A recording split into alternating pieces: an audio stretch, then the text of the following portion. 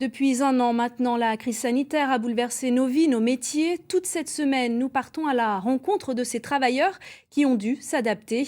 Leïla Sali et Paul-Antoine Boudet ont suivi Noémie, femme de ménage à Reims. Des villes désertées, plongées dans un silence inédit. Il y a un an, la France à l'arrêt. Des vies chamboulées, des habitudes remises en cause et des métiers bouleversés. Je suis Noémie, assistante ménagère à Reims. Depuis le début de la crise sanitaire, Noémie a revêtu chaque jour son uniforme de travail. Elle est femme de ménage et n'a jamais cessé de travailler, même pendant les périodes de confinement. Et en un an, ses méthodes de travail ont évolué.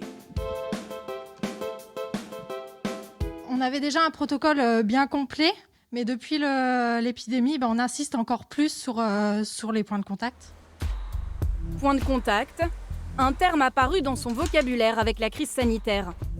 Des zones potentiellement exposées au virus, poignées, tables ou encore clés, tout y passe. C'est important de désinfecter parce que les clients les touchent et que pour mettre une barrière à l'épidémie, on désinfecte. Autre mesure apparue depuis un an, l'isolement des clients pendant toute la durée du ménage. Quand on est en télétravail, en fait, il faut qu'on soit dans notre bureau le temps que le ménage soit effectué dans l'appartement. Un entretien sanitaire régulier, c'est quand même plus agréable et plus sécurisant. La cliente est là aujourd'hui? Oui, elle est dans le bureau. En télétravail, d'accord. Oui, donc elle s'est bien isolée, il n'y a pas de problème. Le port du masque? Oui. Elle avait bien son masque Oui, en oui, arrivée? elle l'avait. D'accord. Oui. Ces changements, Noémie n'a pas dû les affronter seule. À ses côtés, sa responsable qui, du jour au lendemain, est devenue référente Covid.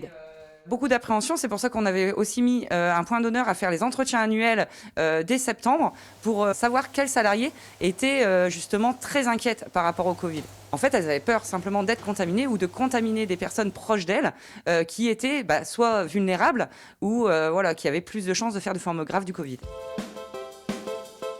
C'est donc en équipe que Noémie a vécu cette année de crise sanitaire. Des formations ont été mises en place régulièrement au siège de l'entreprise à Reims. Et comme pour le lavage des mains classique, bien insister sur les poignets, des deux côtés, les paumes. Un encadrement précieux pour Noémie, qui a été embauchée en mars 2020, juste avant le premier confinement. C'était un peu compliqué, quoi. On avait pas mal de salariés qui étaient en garde d'enfants ou en cas contact, etc. Du coup, j'ai dû aller en remplacement et je me disais, les salariés n'y vont pas et j'étais la seule à aller sur le terrain à un moment donné. Donc c'était un petit peu de peur, mais il faut y aller.